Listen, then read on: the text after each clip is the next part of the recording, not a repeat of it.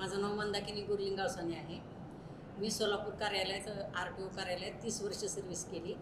सर्व्हिसमुळे मला इकडे येता आलं नाही, पण मी बाबांची भक्त आहे बऱ्याच दिवसापासून.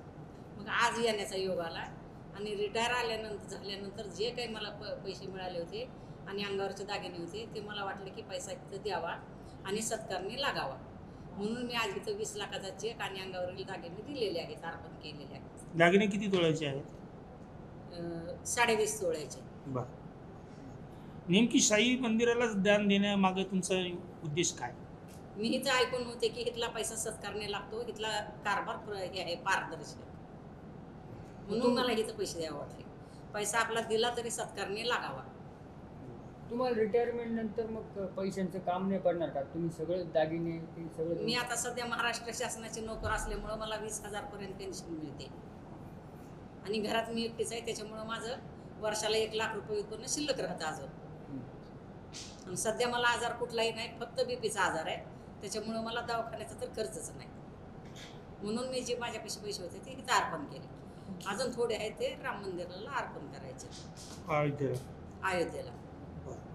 खरं जर बघितलं तर शासकीय सेवेमध्ये किंवा कुठल्याही प्रायव्हेट सेवेमध्ये आपण सेक्टरमध्ये काम करतो तर जी ग्रॅज्युटी मिळते किंवा इतर जी रक्कम मिळते ही एक आशाचा किरण असतो आणि तुम्ही तोच आज दान केलेला आहे. मी आता जर मेले तर माझं घ्यायला कोणी नाही, नसते कोल्हापुत्रांचे धन होणार. मग इथला पैसा सत्कारने लागावा, कुठल्या तर गोरगरिबांच्या उपयोगी यावा, म्हणून मी दिलेला आहे. सध्या मी घरात एकटीच राहते. सध्या जर माझं बरं वाईट काय झालं तर हे दुसरेच कोल्हापुत्रे शेजारी पाजारी लुबाडून नेणार.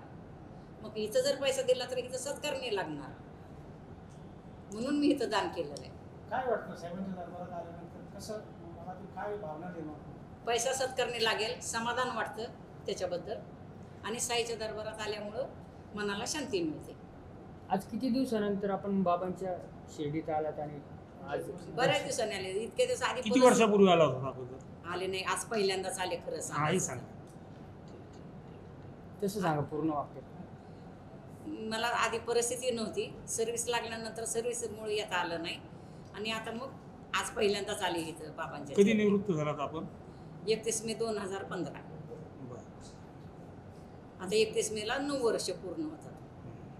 मंदिरात जाऊन आलं दर्शन जायचं. जायचं आता दर्शनाला. ठीक. काय मागणार आहे बाबा?